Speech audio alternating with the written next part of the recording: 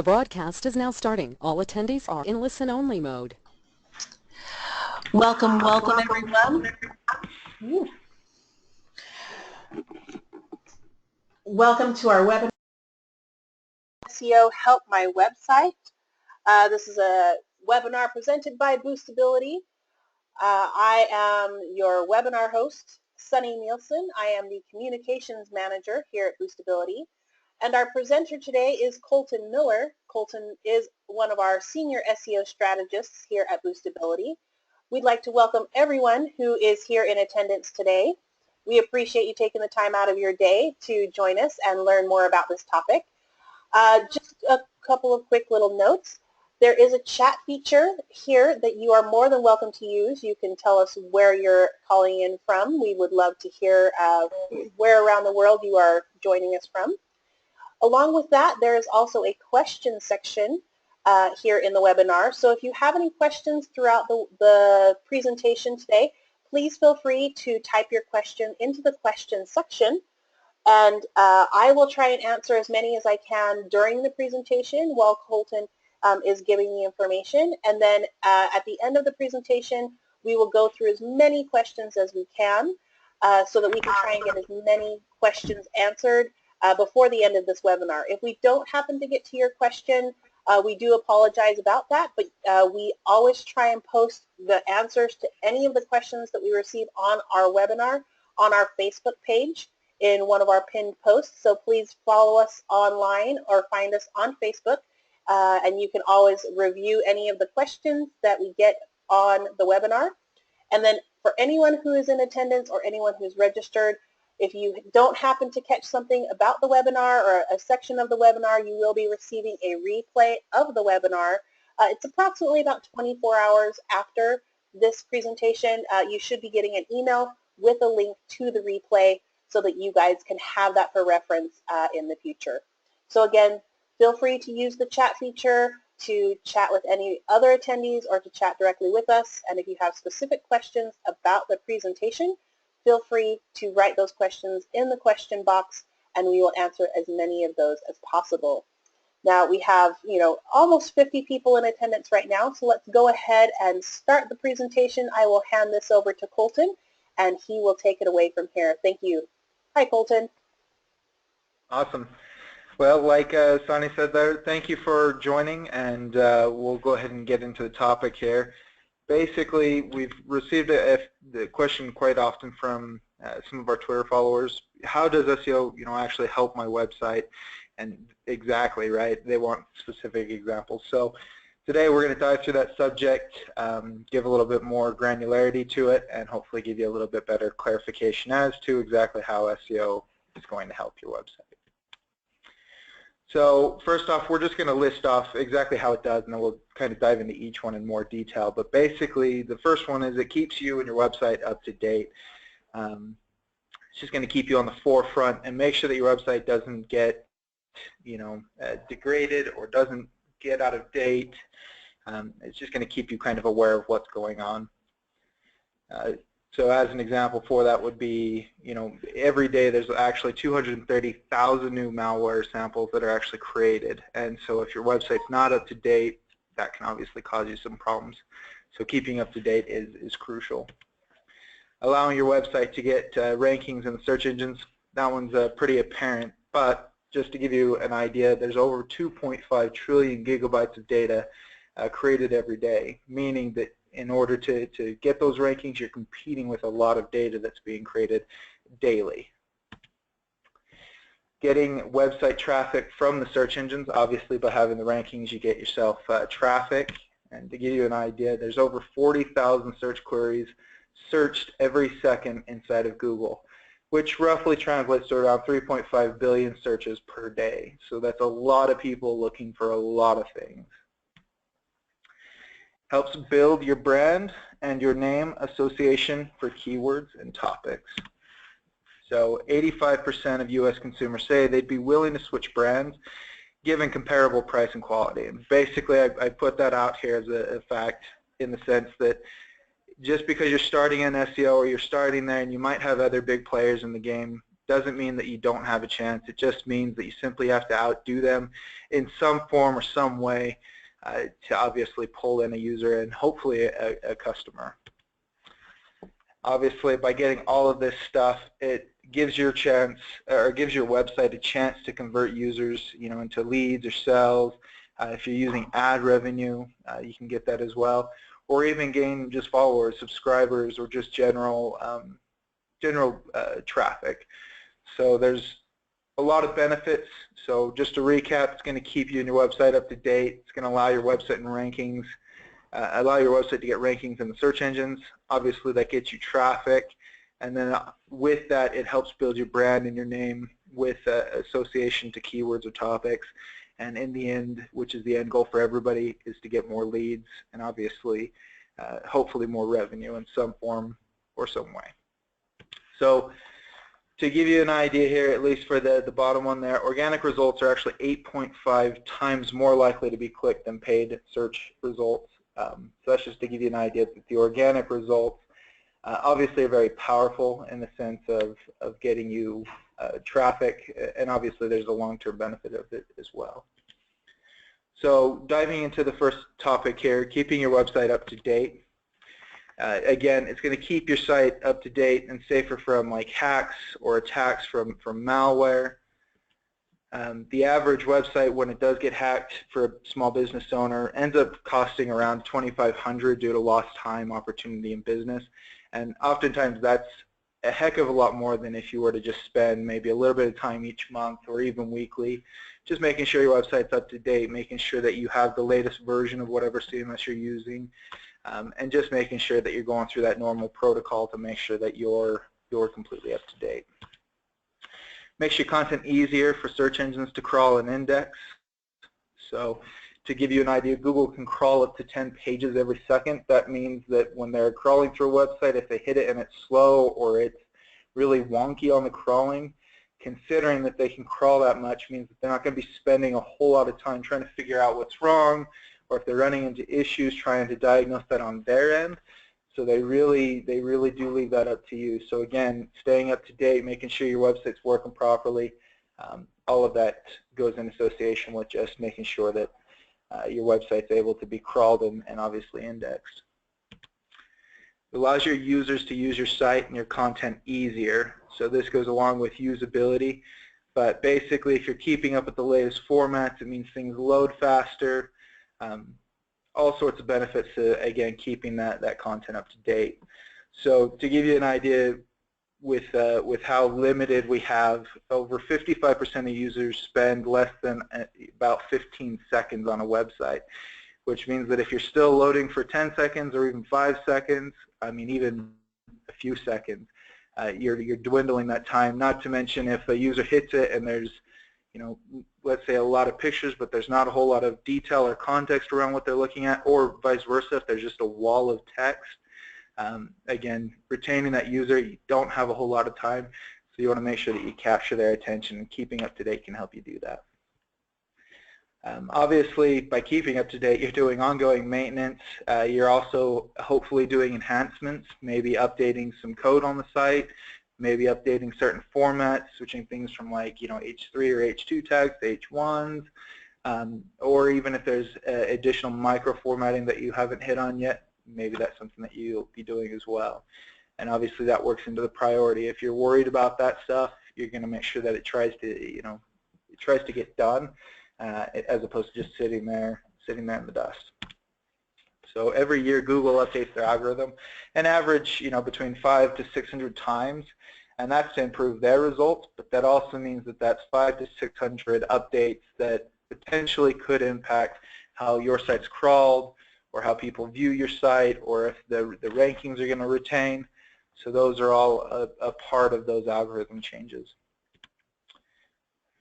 So it helps you stay current with the best tactics and practices that are working at the time. Obviously, if you've been an SEO, if you've been worrying about SEO at all for even a month, you'll learn and understand that there are new topics, there are new things that are the new thing or the big emphasis from Google, and those things are happening all the time. If you're not keeping up to date with your website and you're not keeping up to date with those trends, you can fall behind, and it just means work that you're going to have to make up for later.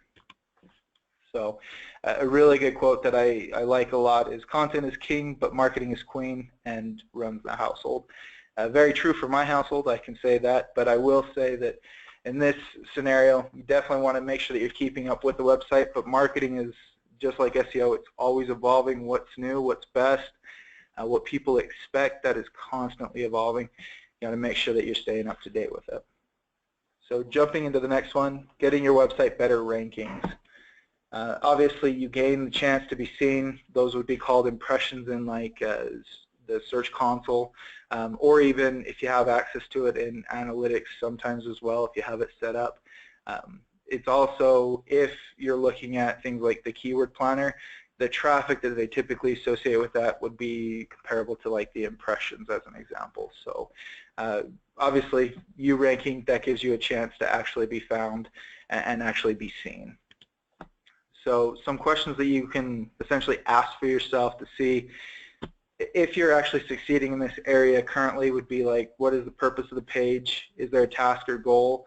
If you ask yourself that regarding a specific page or even the website in general, and you don't really have a good answer or you're not really sure, this is a good question to go back, re-ask that, and see if you can answer that with your pages or your website.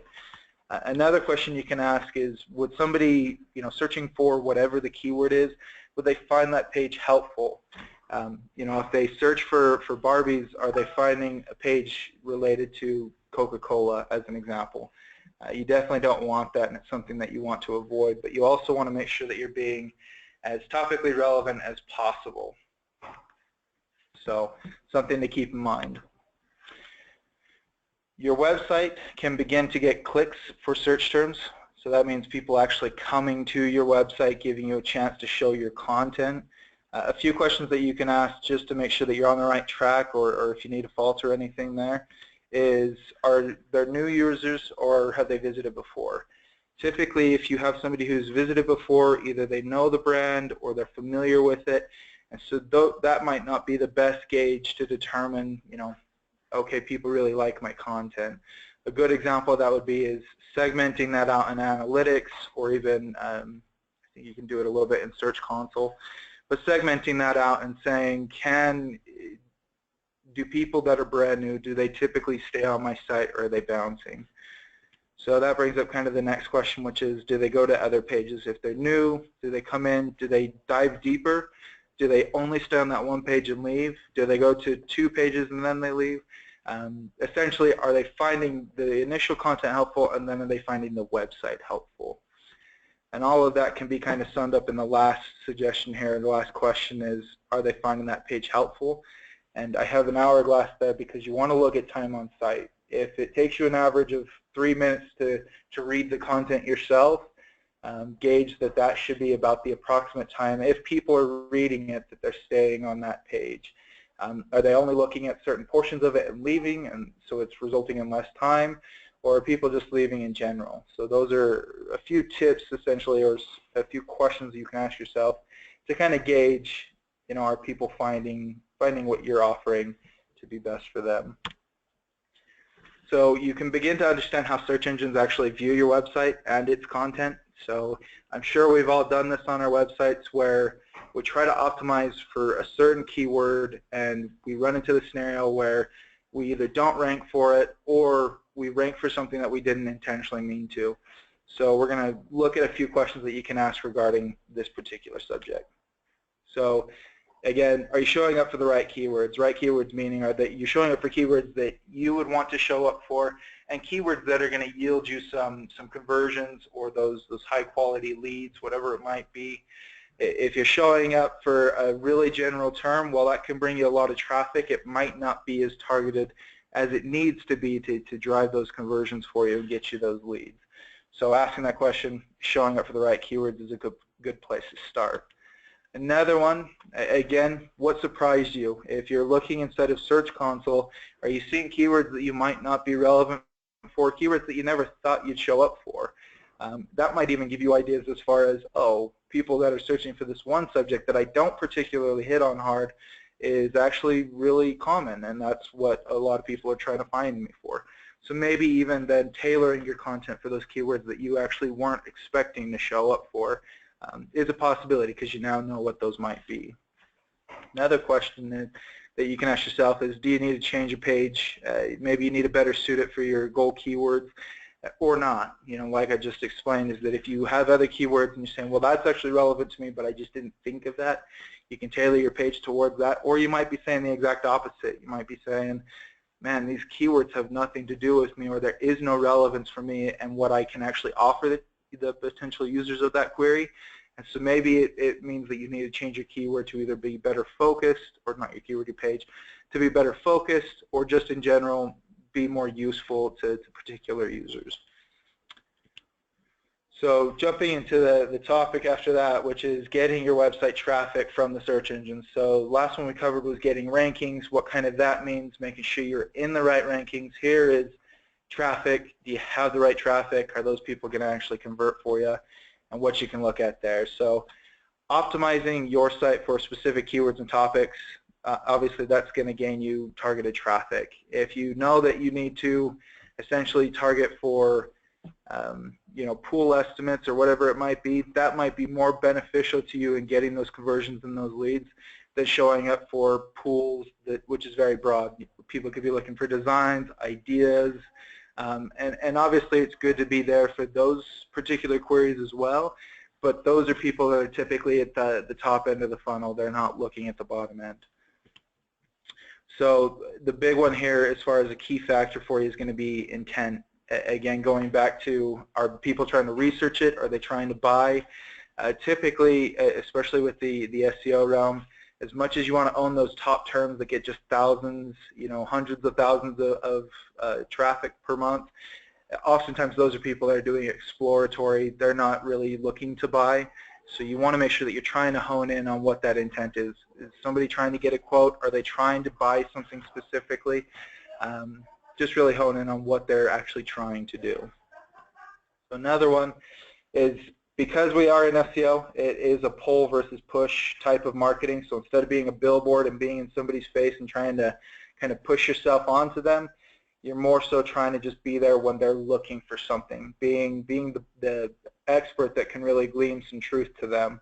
And obviously with that establishes the notion of trust. If Google trusts you for the best, as the best result for a certain keyword, there's an automatic association of trust given, which means you have a greater chance of converting or being a resource for people in the future when they do want to buy.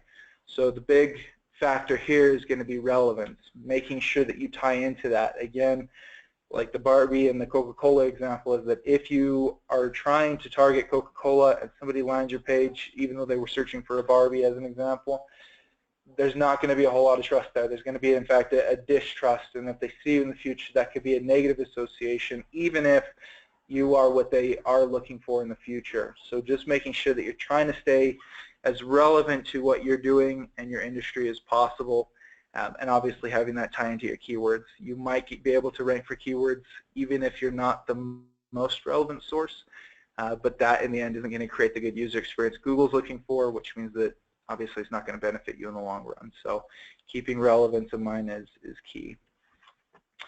You can begin to gauge your users and get feedback around your product, service, even the content or website. And basically this is kind of further refinement, but once you get traffic to the website, you can really start understanding if people actually like the content. Do you need to add more? Do you need to break it up, add some pictures in there? Just in general, you can start understanding and making your product or your service better. You might get feedback that maybe your prices are too high, or maybe there's something that needs to go with that. Maybe people really want free shipping, and if you did free shipping, they might convert a lot more often. There's other elements like, maybe you need to start building a following. Maybe people do want to actually hear what you have to offer, or maybe they just want to hear, relevant topics. The pool, as an example, having a pool company. In that scenario, you're probably not looking to buy a pool more than maybe once in your lifetime, or maybe even twice, maybe if you're redoing it. But it might be beneficial for somebody, and somebody might want to opt into being told about what the latest trends are or what the latest cleaners are, or if there's a new product that helps out with a particular subject. So that's an example where you can get people in your door and then you can listen to their feedback and really drive home essentially what they might want, or create more stuff that they might want to see, which is obviously going to grow that audience even more. Big factor there, usability. Making sure people that can actually use your service, use your website, and part of usability is getting the feedback, right? If somebody uses your product or your service, they don't like something, or if they feel something could have been better, or they just want to say thank you. A big part of that is being receptive and open to that feedback and that general commentation. So usability, make sure you're keeping that in mind once you get traffic. One of the last ones here, increased traffic can help show the search engines that you have a great website, great content. It stands to common logic that if your website ends up getting a lot of traffic and a lot of search volume, or not search volume, but a lot of impressions, and people tend to stay with your website, it gives Google kind of a boost for your website where they'll say, this website must be good, and they can kind of help filter out, or not filter out, but give you more impressions and more keywords that obviously can then lead to more traffic, and they can kind of gauge from how that traffic responds to your website if that's the right move. If they push you up for a keyword and the users hit your website and they're just not converting that well, as far as not staying on too long or not diving too deep, you might not be as relevant for that keyword as they thought. So kind of keeping that goal in mind to keep the users, keep the intent, keep that usability, and obviously keep the relevance. All of that's going to tie into the last factor here, which is the consistency. If you can keep that going consistently, then you're going to just keep seeing success over and over again. There's a lot of, a good example here is there's a lot of one-off wonders when it comes to music, and if you can be consistent with that what people are wanting or what people are liking, obviously that's going to drive your numbers up through the roof if you're an artist or a music artist. In this scenario, it's the exact same thing, but it's in reference to your content and your website. If you get a web page and it's working out really well, what can you learn from that? What else can be done to impact other pages? Are there lists? Are there pictures? Are there, maybe even it's just how you're phrasing specific things? That might be part of it. And so all of that comes back to that consistency. If you can keep doing that over and over again, you can keep that usability, that relevance, and that intent in mind, and you can keep hitting a home run with that, you can keep building that and kind of keep that momentum up. So being consistent, that's one of the last factors here. So diving into the next one, which is that increased brand association, and obviously to follow suit with that, there's the conversion factor. So a good quote that I like here is, a brand for a company is like a reputation for a person. You earn reputation by trying to do hard things well, and that's so true. If you look at Apple, when they originally released the iPod, there was a lot of different music players, or a lot of people trying to create music players. They had little ones, little Walkmans, whatever it might be, and they really came into the game and they revolutionized that just by trying something that, as an example, trying to fit a CD into a tiny little pocket-sized thing. That was not going to be possible, and so they kind of helped pioneer a new version of that, and that's something that has obviously helped them and given them that momentum and that consistency to keep growing. So just keep that in mind, that your brand is basically your reputation, and that you got to try to innovate, you got to try to do those hard things and do them well to keep growing. So in association with the brand and the conversions, if users find a website due to searching for something on the search engines, they're likely to trust and remember the website, which can increase conversion opportunities. That comes down to brand recognition. If they're seeing you in a lineup of 3 other people, and they tend to see your brand, or they've used your brand before for, let's say, diagnosing something or trying to help them with a DIY project or something like that, they're more likely to convert with you and trust you because you've already helped them out once before, or they have just a common ground where they've at least seen your information before, and again, they've more likely than not trusted it beforehand. So keep in mind that obviously with getting the traffic and getting that notion of that association of keywords and topics, that's going to lead to more conversions in the end. It might not lead to conversions right away, but it will definitely help get you further down the funnel there. So another good quote relevant to this is trust is built with consistency. Exactly what we're just hitting on. If you're being consistent with it, that's going to allow that brand to just keep continually growing and allow people to come to expect certain things, and obviously with that expectation comes with their trust and their following. So another one here, once users start to find your content, they begin to share it, which can create links, which obviously helps the authority, and it's more portals for traffic. So by having people find your website, like your brand, like your content, they're naturally going to go out. If it's something that they deem shareable, they're going to share it with other people. They're going to share it within themselves. They might even post it on their websites if they have them. And that's going to build you more and more authority in the long run. Even if it's the case where it doesn't necessarily build you links, but it gets you more followers or more traffic, that again opens that doorway for those more links, that more traffic. So another quote for this one, it's always about mind share, not market share. So true. Market share definitely has its place, but if you can help guide people's mindsets and get them to where they think of you first, it's going to ultimately lead to the more conversions. I know everybody has it in their state or where they're from, where you can specifically think of 2 or 3 commercials that have done that specifically, where when you think of a certain topic, you think of them, you might think of their slogan, you might think of whatever their advertisement is, and it means that they've got your mind share and that you've got to do the same thing with your website for people that are searching for whatever it is that you might cover. So another one here, more conversions means that your revenue opportunity for you and your website is obviously going to grow. That one's pretty self-explanatory in the sense that if you get more people to your website, they convert more, whether it's leads or maybe even you just have ads on the sidebar and you're just looking to get traffic, that's going to lead to more revenue for you. And the revenue, if we're being honest, is what's really driving it all at the end of the day. It's what's going to help you invest more into SEO or maybe invest in a new website. It might even help you buy things that are going to help expand your business, such as new building, new office space, new equipment. So keep in mind that by helping retain that association and helping retain the conversion on that, it's going to lead to more revenue. Good quote here, being good in business is the most fascinating kind of art. Making money is art, working is art, and good business is the best art. Extremely relevant here.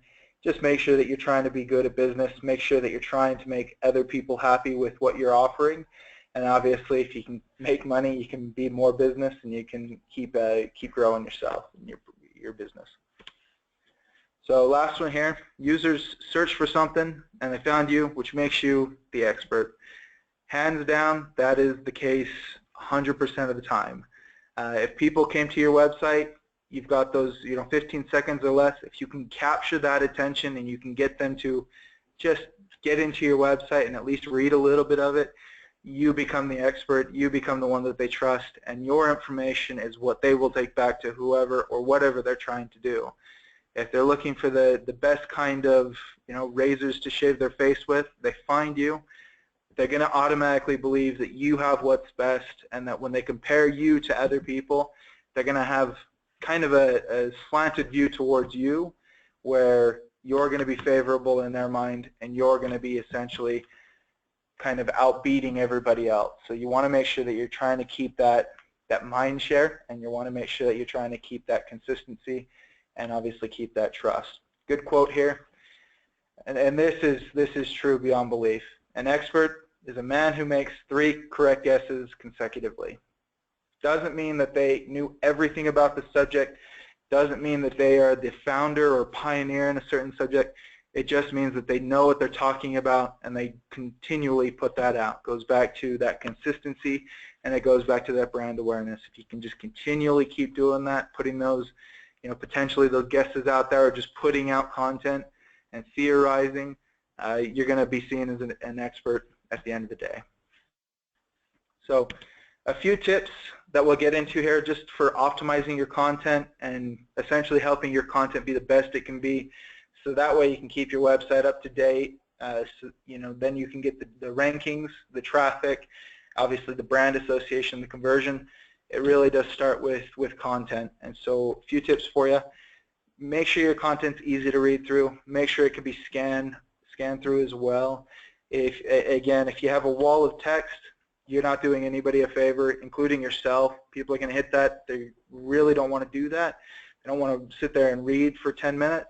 So if you can break that up with pictures or videos, or maybe even take part of that content and break it down into a bulleted list, that's going to help people read through that content and at least just kind of skim through it, see that it's the content they want, and again get people to stay and again compound on all those factors we've talked about. Another one is make content that is unique and useful. Obviously, I think this one's kind of a no-brainer. If you're trying to reproduce or even duplicate or just talk about the same thing in the same way that somebody else has already done, then really there's no need for you. People are going to be looking at your website and potentially gauging your content versus somebody else. And if it's just a watered-down version of whatever they've read before, they're going to be bouncing right back out. You've got to make sure that it's unique and useful. And unique doesn't mean that it hasn't been said before, but even showing it in a different way. If your competitor is just, let's say, has a wall of text related to how you might manufacture something, breaking that out, potentially showing them with pictures, maybe having just bullet points there, those are going to be unique in the sense that people they're not going to have seen that before. And so that's really what you're trying to strive for when it comes to unique. And obviously useful just means that people are actually going to be able to do something with it. Are they completing a task? They wanting to be entertained? Are they looking to essentially refer back to this content for later? A good example that we've dealt with here before is like a plumber. There's really not a whole lot you can innovate there. Plumbing is everywhere when it comes to content on the web. However, you'd be surprised how many people don't do videos or DIY tutorials or step-by-step guides to either installing something or fixing something or even troubleshooting something. And those tend to be the biggest pieces of content when it comes to the plumbing industry that can actually help lead to that brand awareness and people buying from that brand. So that's a good example where you can create unique content that is useful. It's not that it hasn't been said before, but you're just producing it in a different way and a way that people are going to really like. And again, they're going to come back to your brand time and time again. So another one is, does your content answer questions? This one is probably the simplest one, and it's exactly what we're doing with our content today and why we're doing this webinar, is when you get content, when you get questions or you get certain feedback, are you acting on that? Are you taking what you're receiving back and you're trying to actually create content or create something around it that's going to continue to benefit users? If you're not doing that today, or if you're saying, well, I do have 5 questions I get regularly, but it's nowhere on your website, start there. Answer those questions. Obviously, that's going to help you in the long run if you can refer people there, but it's also going to help people who haven't even ever talked to you before. It's going to allow them to search that, find you, and get that question answered. And it might be super specific to your product. It might be very vague in general. It really just depends on where you are, and it depends on exactly what your conversion looks like or your conversion funnel looks like at the end. Another one is regularly update and add to your content. I know for a lot of small businesses it's hard to get outside of having a 3 to 5 page website, but having more content, doing blogging, or just creating those FAQs like we just talked about, those help expand your content, and the more content you have, the more likely you're going to be showing up in the search engines, and obviously that means more traffic, which leads to that traffic and conversions in the end, or sorry, the brand association and the conversions in the end. So make sure that you're trying to continually add to your content. It doesn't mean it has to be extreme. It might be just once a week, or maybe even once every other week, or at the minimum, once a month. Just continually try to add and update that content. Another side factor just to note here is that that doesn't always mean just doing it on your website. Things like your social channels are a big part of that content update. So if you have a Facebook or you have a Twitter or you have a YouTube or whatever else you might be using from a social standpoint, make sure that you're producing content on there. If that means that you need to produce a blog so that way you have something to share, then produce the blog. You're going to be helping yourself twofold with one action. You'd be surprised how the investment on creating content and adding to it can really stack up over time, and it can turn you from a small guy to the big dog, especially in the local environment.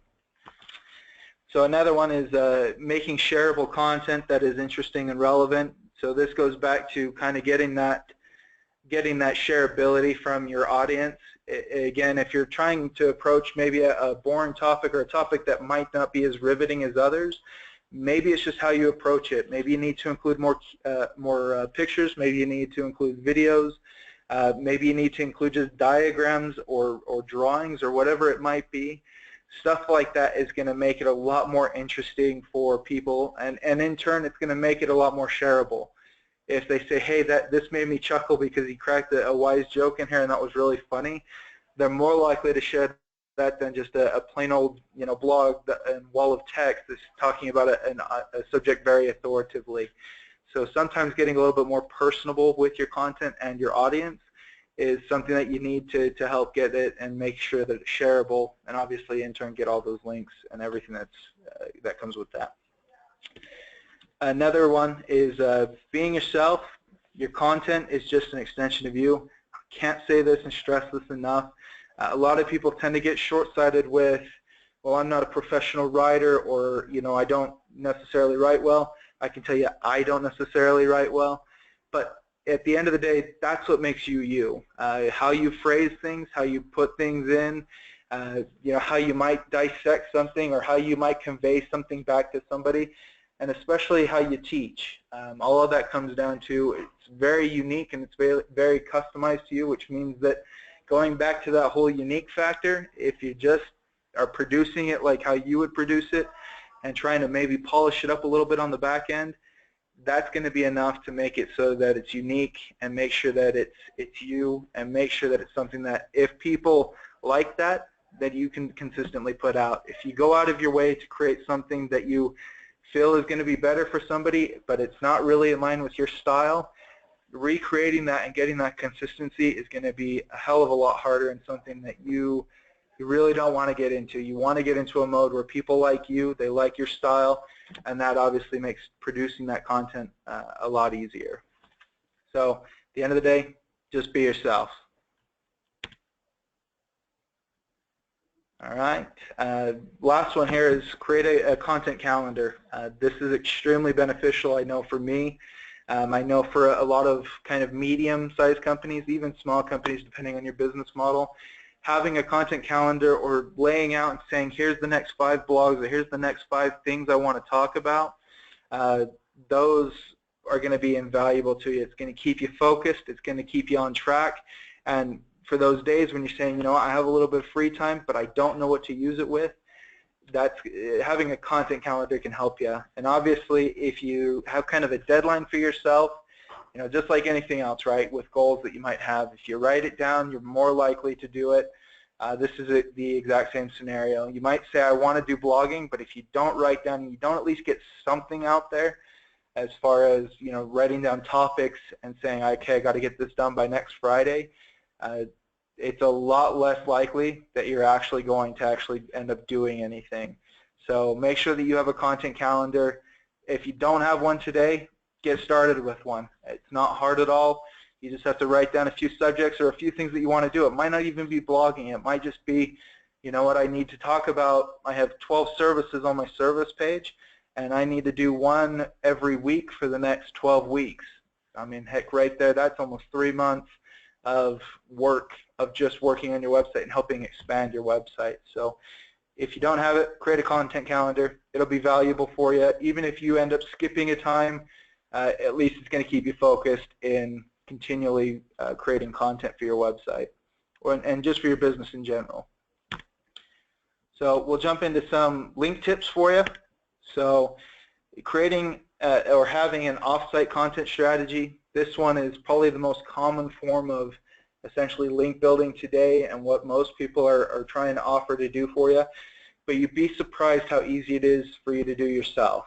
Going out and finding relevant sources, or maybe even those, let's say more national or more generic blogs that can help you, essentially offering to help them. If you go to them and you say, hey, I'm a plumber, I've worked this long, here's a subject that I really want to write about, I want to write it for you, and obviously in turn I'm just asking for a link. It's a great way to get relevant traffic that might be searching for that, and obviously it's a great way to build a link. And again, it goes back to that shareability factor. People that are most likely going to hit that blog, they're going to be more likely to share that, potentially share your business, and obviously get you more traffic, right?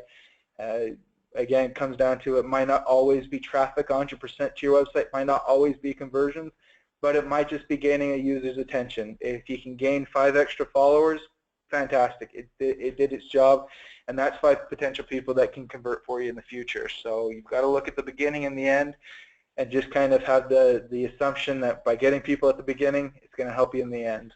So create an offsite content strategy. Highly suggest it. It doesn't even have to be a blog. It could be producing pictures for a blog that's already there. It could be something along those routes. Get creative with it, and get creative with something you want to do. If you're not a big, writing down content or typing out things all day, work on pictures, work on a video. If you like to draw things, that's another way as well. As silly as it might sound, it's unique. Not a whole lot of people do it. So you'd be surprised how much uniqueness you can actually produce by just doing things that you like.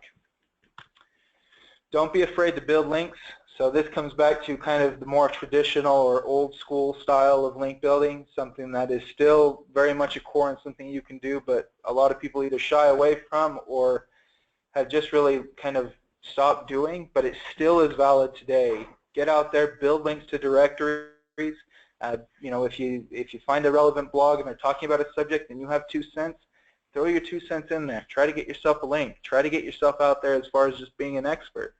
Again, going back to that quote, making those correct guesses 3 times, that doesn't always mean it's a guess. It could just be, hey, here's how I approach this particular issue, or you know what, that's one way of fixing a toilet, here's a whole nother way of fixing a toilet, or here's a few extra tips that they didn't include that I would include. I mean, those are great ways.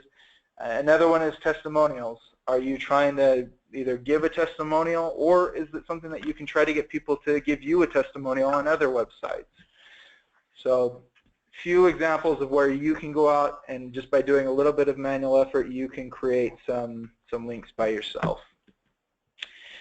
We've already hit on this a little bit, but just to reemphasize it again, use social media to help drive traffic and obviously in turn links. If you don't have social media, I wouldn't necessarily worry about getting on all of them today. Focus on the ones that either your audience uses, or focus on the ones that you want to use. Again, going back to the consistency, if you have a Twitter but you never use it because you don't like Twitter or it's not your style, then you might as well not even have a Twitter. You might as well instead put all that effort into Facebook or LinkedIn, or again YouTube, or whatever it might be, and whatever fits your style and fits your business and fits your users at the end of the day.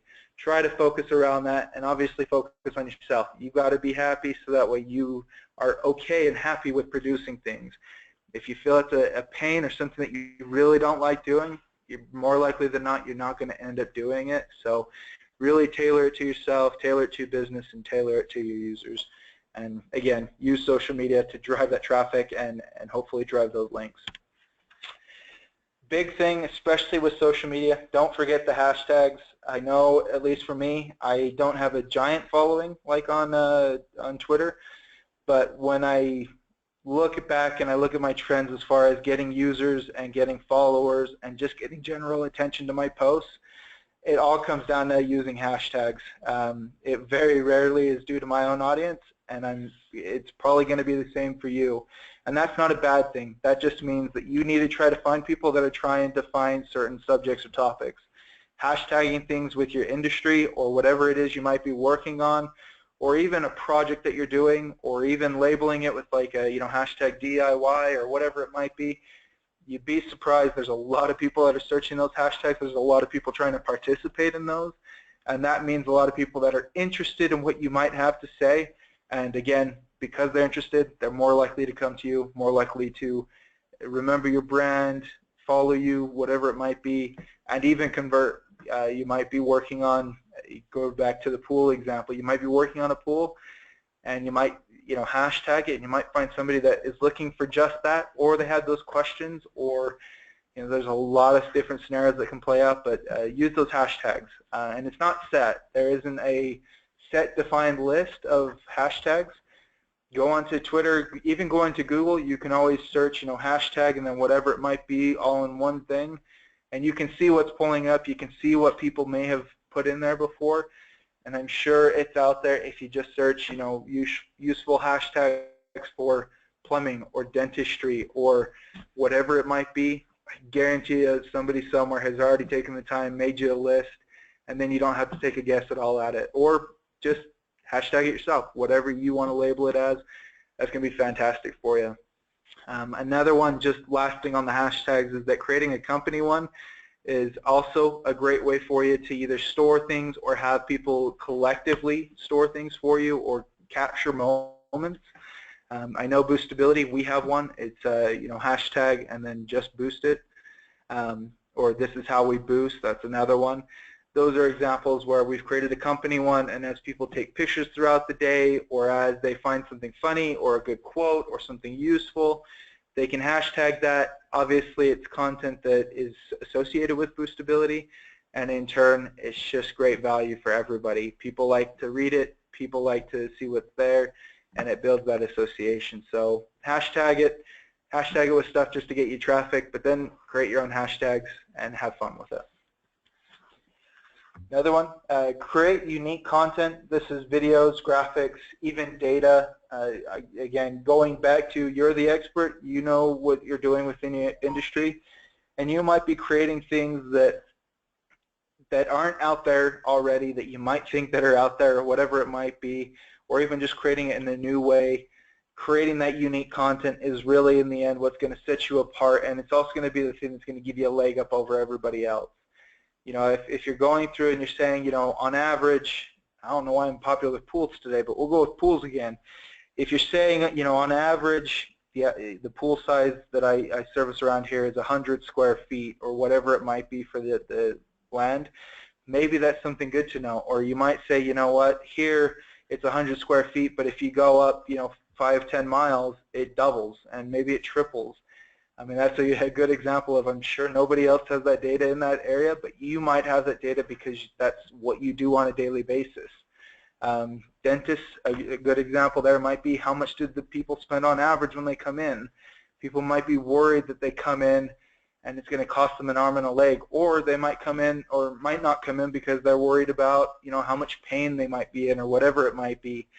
So either capturing that data or having something there to show that, on average we get 100 people in the door. Out of that, 99% of them don't feel pain, or 99% of them only have a bill that's less than, $100 or whatever it might be. That can help satisfy those concerns, but it also is great content and great value for you just to put out there. And in the end, and just to rehash everything, that's going to help build your expertise by putting that out there, especially something that nobody else is putting out there. It's going to help put you up higher on that pedestal and higher up on that expert scale for people in the end. Fixing broken links.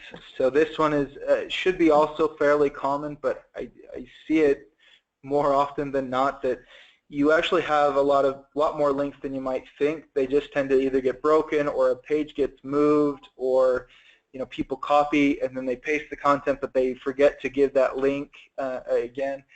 So going back through and finding out where people were linking to you beforehand, where are they not linking to you, or even just searching for your business name or your name and finding out, man, there's 12 people that are referencing me, but they're not using a link. It gives you an opportunity to either go in and ask for a link or try to interject a link in there yourself, just again, so you get credit and obviously get the authority and the traffic and more portals to your website as well. Last thing on here, if you're a local business, get your website in the top directories. This should be standard if you're a local business, but just to re-emphasize it here, Google My Business, Yellow Pages, Yelp, those are all fantastic, great local citations that obviously people are looking on those all by themselves. So getting in there is going to give you more chance for that relevant and that local traffic. But obviously you're going to get the links from that as well. You're also going to get any benefit from it as far as traffic and hopefully conversions in the end. So the last thing, kind of last slide here, just to leave you with, probably the biggest thing that, at least in my role, that I emphasize over and over again to just businesses of all different sizes, associations, verticals, whatever it might be, even goals, is just to keep this in mind. Just like anything of any significant value, SEO takes time, but it can yield benefits over and over again. A good example here is like raising children. Raising children takes a long time, but if you do it right, you give them the attention they need, you make sure they survive, get through the harshest times or whatever it might be, in the end that's going to yield over and over again. They're going to continually come back to you, they're going to come back for advice, and obviously they're going to help you grow your family in the future. But again, just to reference back to SEO, is that if you do that with SEO, it's going to be the same thing. Building your website might seem like a pain in the ass, and I can agree that at times it totally is, but building that extra page can yield you a few people, and if a few people share it, they can grow your business and everything. So with that, just to kind of rehash, recover, let's go over what I call the SEO cycle. So there's the creation process, just getting content out there. Doesn't have to be text, could be pictures, doesn't have to be pictures, could be videos, could be whatever it might be. Just create something that's your own, that's unique, that nobody else has done before, and that is truly yours at the end of the day. You do that, then you optimize it. You take a look at it, you say, are there keywords I need to include in here? Is there a different formatting code-wise that I need to put in here?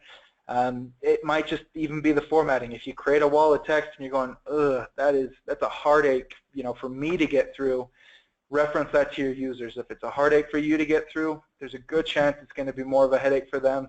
It's not going to capture their attention. So optimizing might be going in and reformatting it. Not necessarily creating it, but just coming up and saying, okay, I need to break this down. I need to make this easier for people to get into.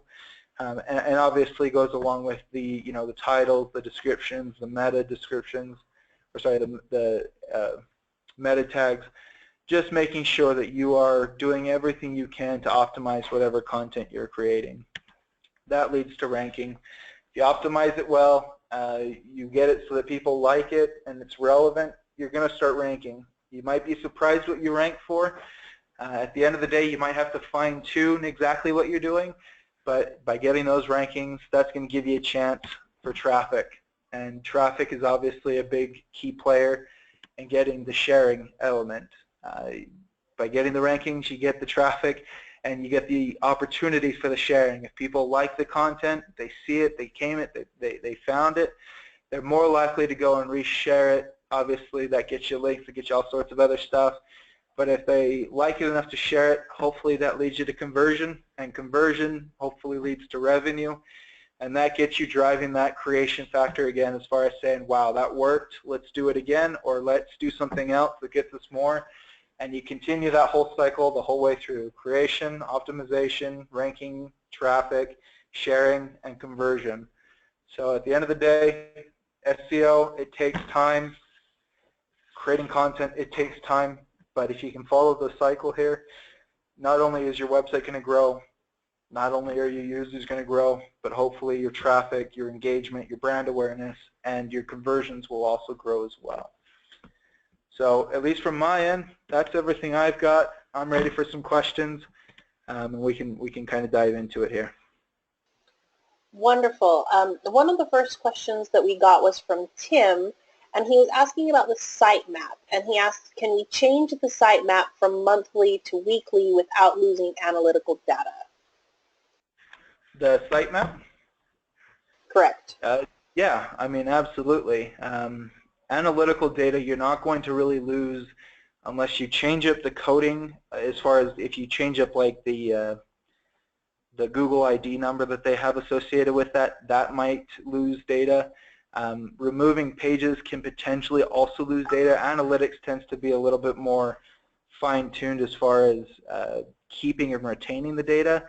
Search Console, you end up losing it after 90 days, so that's really the only place that you'd end up losing data for sure. But updating your sitemap, you shouldn't have any problem losing data.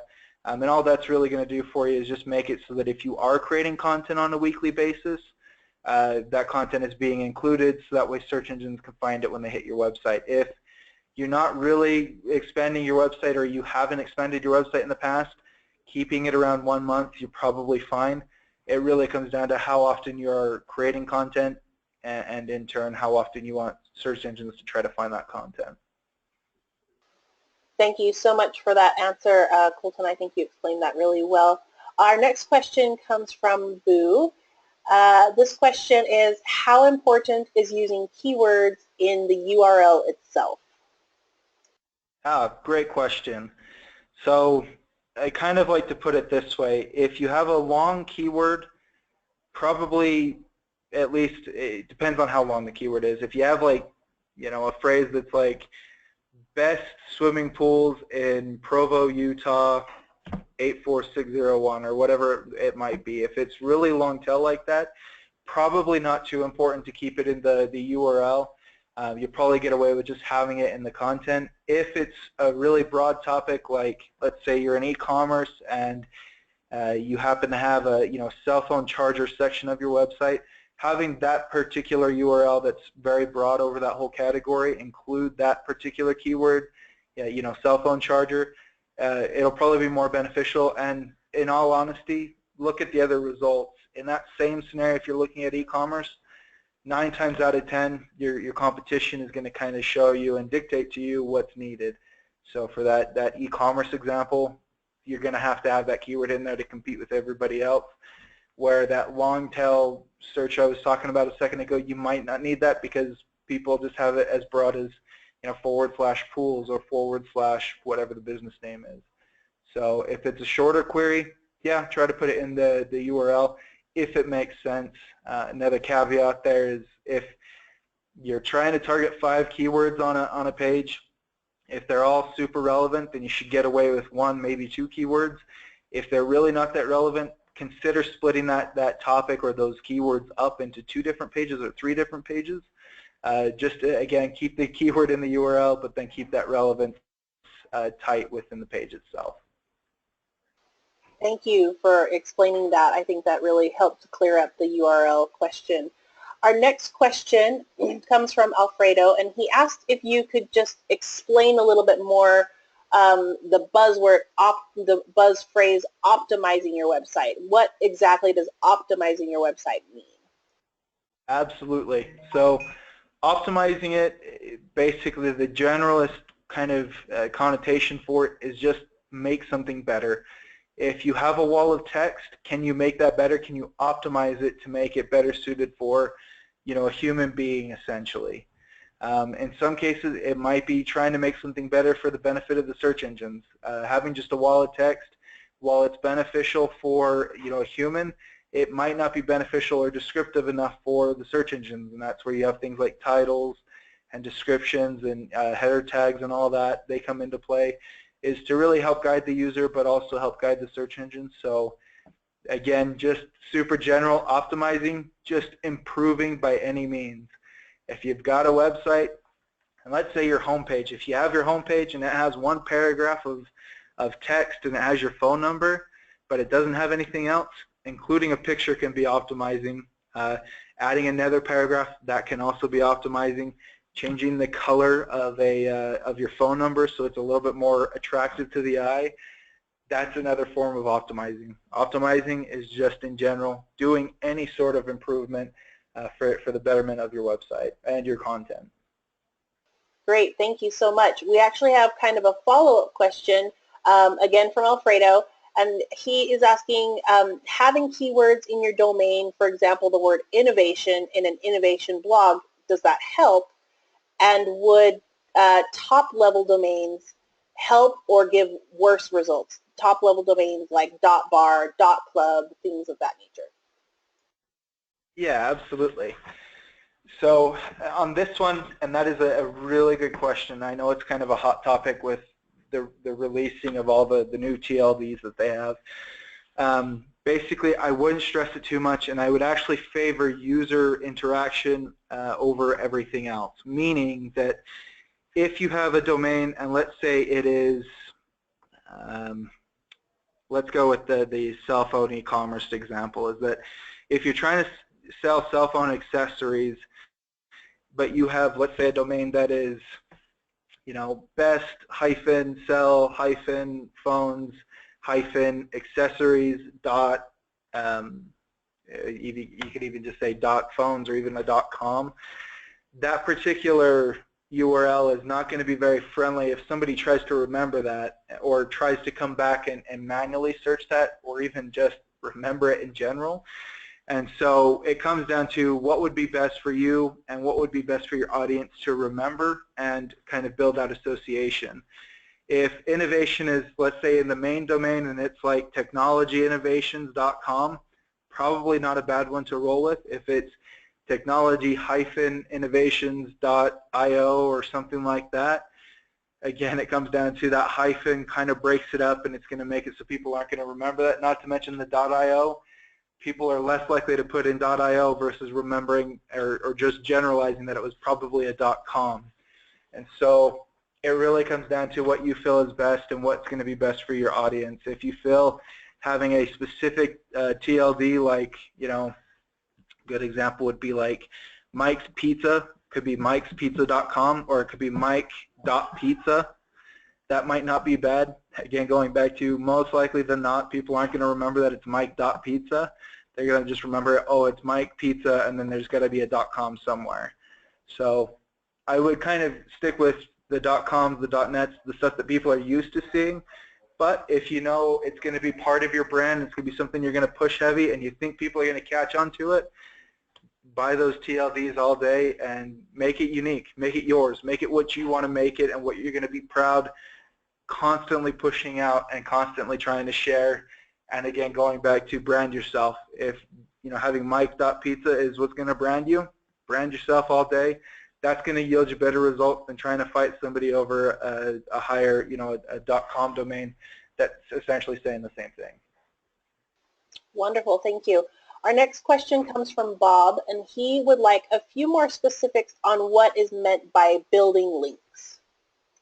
Building links. Yeah, so I'm just going to back up the slide here. So when it comes to building links, that's going out and that's getting your website or your essentially your root domain or even a page, it doesn't matter, but your URL onto an external website. So a good example of what this might be would be something like a free internet directory as an example. It's an internet directory. Is there a lot of traffic? Probably not, but it is a chance for you to go in there and put in your website so that if by chance somebody was searching there, they could find your URL, click on it, and go back to your website or get referred to your website. So that association or that ability to go from one website to another, which is hopefully yours, that's what you're trying to do there. You're trying to get your website, your URL, into other websites, other third-party websites, and other third-party domains. Social media is a good example of that, where link building is as simple as going onto Twitter and saying, hey, I created some awesome content, putting your URL in there and maybe even hashtagging it a few times. That's going to build that external link, and obviously that's going to build another portal for people to come into your website and get referred to you through another website that might have traffic relevant to yours. Wonderful. Thank you, Colton. I appreciate that. Next question comes from Royce. Do the DIY websites built online by the different web hosting services, are they less SEO friendly than sites built by a pro company using code? So they all use code. I'll give just a quick stipulation there is that when you typically go with, let's say, a $10,000 solution where they're going to build the website from the ground up, even those guys typically use templates, which is essentially what the other websites are. The difference is that they'll go in and they'll create custom what we call elements or pieces of the website that are only specific to that website. And in reality, if we really break it down, they're not unique. They more likely than not pulled it from somebody else and just modified it, right? If you can if you can change something 10%, it's yours, and you don't have to share whatever it might be as far as rights or notoriety. So when it really breaks down for you is that having a DIY version of something or having it completely custom made, it all basically comes down to the same code. It's just formatted different. On the really high-end code side there, they're essentially having to go in piece by piece and basically brick by brick build it, which is not a bad way to go, but it is very expensive and it does require specialties as far as modifying it in the future, and it tends to be custom made, and that's why you tend to have websites like that built for people that have a specific dev team or people that can look at that and modify that, and that's their only job, where the DIY solutions are more meant for small businesses, even just local people who just want to do their own thing or have control over their own website, and they tend to be a lot more user-friendly. But at the end of the day, what I'm getting at is the code is the same. If it makes any difference or helps give any sort of positive vibe from this question, is that I use for my website, I use a platform called Weebly. Super easy, basically drag and drop. And I don't have any issues with it as far as getting rankings, getting traffic, and it doesn't necessarily come down to being outperformed by any other website.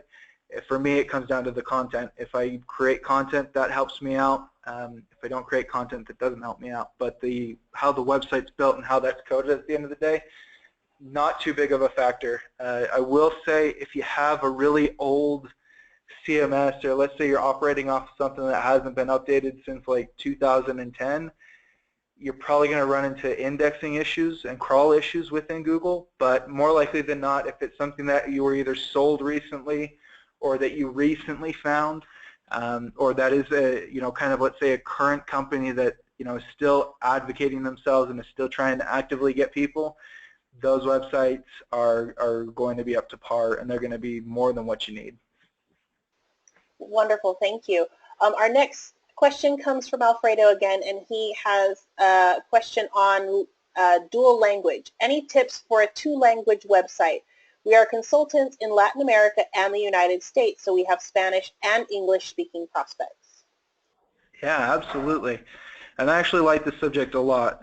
With Boostability's website, I've been trying to help them establish kind of the French, the German, all the international stuff in association with the U.S. side as well. So from looking at that from a best practice stand, the one thing I wouldn't do, because it's going to create a hell of a lot more work than is necessary for you, is don't buy a separate domain. At worst, what you want to do, not even worse, but at kind of keeping that separate domain and everything, what you want to do is have a subdomain. So like you could have, as an example, Spanish dot whatever your domain is .com, or you can have English dot whatever. That's kind of another one. The recommendation that I would have for that and how to handle that is just to have a separate folder and essentially have two separate versions of the website categorized by a folder. So if I can kind of give you an example here, is that if it's like example.com and then you have / and then like en or sp and then another / and then whatever the actual URL is. So if you can break it down to where you have two different subfolders, and then within that subfolder you have a specific version for that specific language and those specific pages within that particular subfolder.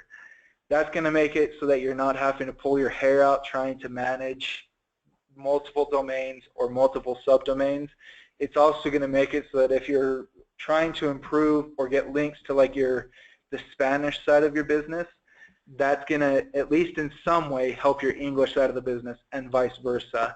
Where if you have like the separate domain or you have the separate subdomain, they're going to be seen as completely separate, and they're never going to help each other out. Where if you have it in that specific subfolder and it's all within the same website, just broken up, that's going to help you in the long run. So again, my recommendation for you, Alfredo, there is to get you so that you have 2 different specific subfolders, and then in those subfolders you have each page of your website in the different languages that you're supporting, and that's going to help you rank, and it's going to make it a lot easier to manage. At the end of the day, it's going to make it so that any benefit from an authority, ranking, traffic, all that good stuff from one side to the other is at least benefiting, again, one side or the other. Wonderful. We have another question about content on websites. How advantageous do you feel is it to hire a copywriter to create web content? From what I've said in this presentation, a lot. I wouldn't say, and that's the thing, is I wouldn't go out and I wouldn't, hire somebody on at, 40 grand a year, 30 grand a year, or anything like that. There are plenty of other opportunities to where you can either go on to something like, it depends on how much level of effort you're willing to put in on your side, either after the fact, but you can go somewhere like Fiverr, where they'll do tasks for $5. But basically you can go on there, ask for just a snippet of content, or even ask for a full blog. There's other companies like TextBroker where if you give them a specification around what you want, they can write that content for you for a fixed per word amount. Oftentimes those options means that while you're not having to spend an hour going through and writing it, you're going to end up spending about 20 minutes or so editing it. So whatever you save up front, you're going to end up having to do yourself on the back end. Or, like I said before, is that you can create the content yourself, and that might be an extension of yourself, meaning if you have a secretary or if you have other employees that are also familiar with the subject, or it might even be hiring an intern or having somebody who you can hire at $8, $10 an hour or whatever it might be to specifically try to write you a blog a day. Doesn't mean it has to be crazy expensive. It just means that you have somebody that can constantly put that content out and constantly prove out content that you're going to be proud of. Having nonsensical content on your website doesn't serve the relevance. It also doesn't serve that usability or the intent. And so at the end of the day, it's got to satisfy that over anything else, which means that if you need to create one piece of content a month versus creating 5 or 10, create one piece of content a month. That's going to be far more beneficial than trying to mass produce content that's not going to have a whole lot of benefit for users in the end. Wonderful, thank you. And again, just to that point, I did respond a little bit to Tim, who had asked that question, and going in conjunction with what Colton had said, I do recommend a copywriter, as I'm the communication manager here at Boostability. If you don't feel confident in creating that content, by all means, go ahead and grab it. And especially for your core home pages, the core pages that you have on your site, feel free to go and hire a copywriter to make sure that you're getting that maximum value and that maximum potential in terms of SEO value and just searchability for those things. But if you're a small business just starting out, don't feel like you have to invest and have to spend a lot of money on copywriting, because again, when you are strapped for cash, don't feel like this is something that you have to do. There are great resources online that you can do some research on what, how to incorporate your keywords into your content. And then start writing blogs and just making it your own, and you can build that out, but it's just going to take time on your end instead of money out of your pocket. All right, let's see if we have any additional questions on here. Any thoughts on importance of having a responsive website? With Google's kind of updates, let's say, circa the beginning of this year / last year, with them wanting to push more mobile-friendly websites, I'd say it's very important. Basically, having a responsive website just means that if you look at your website on a desktop and then immediately after that you go to your phone and you look up your website and it basically just looks normal, as opposed to you having to zoom in or look all over hell for the information, that's all you're looking for. So if your website's already doing that, you're fine. If you're looking at it and you're saying, well, I'm having to zoom in, or I'm having to constantly swipe to the right to try to get to the end, get to my navigation on my phone, that's the scenario where you probably need to get a responsive website. A responsive website, just for that, to give you an idea, it doesn't have to be super painful. It doesn't have to be expensive. The platform that I said earlier that I use, Weebly, is automatically responsive, and I think per month I pay something like $10 for the actual CMS itself, and then obviously you have your hosting on the back end there, and it gets cheaper if you buy it the longer. But that's a good example where, you know, if you have $100 for a year, you can essentially buy a website that can get you that. Requires that you'll have to go in and probably do the work yourself as far as switching it over, but you might find that, you know, you get a little bit more designy with it, you make it a little bit more user-friendly at the end of the day, and just in general, hopefully you'll end up liking it a lot more, and it means that you'll edit your website more. So yes, if you don't have a responsive website, get it. If anything else, you're going to need it by next year, kind of at the minimum, but it doesn't have to be painful. Find other solutions. I'm sure you can find somebody that'll do it for you. But at the end of the day, if you're saying, you know, I'm just a small operation, I only have, you know, 5 pages, find yourself a CMS that you are okay working in and do it yourself. You're going to get a lot more benefit out of it, not to mention expanding your website, which is kind of the key of this particular webinar, is going to be a lot easier, and obviously that's what's going to help you grow in the future. Wonderful. Thank you so much for everyone who has participated and asked questions about this presentation, about this webinar. We have gone over just a few minutes. We will try and answer any additional questions that come through on our Facebook page. So please feel free, find us on our Facebook page or find us on any of our other online sites. And you can also tweet us at AskBoost, any additional questions, and we will respond to them as quickly as possible. We would love to see all of you on our next webinar, How Do I Know If My SEO Is Working? And that webinar is happening on September 8th. So we'd love to have you on our next webinar. We thank you so much for attending this webinar. And if you guys have any additional questions, feel free to reach out to us, and expect a replay of this webinar in approximately 24 hours. Once again, thank you so much for joining us, and we hope you all have a good day. Thank you.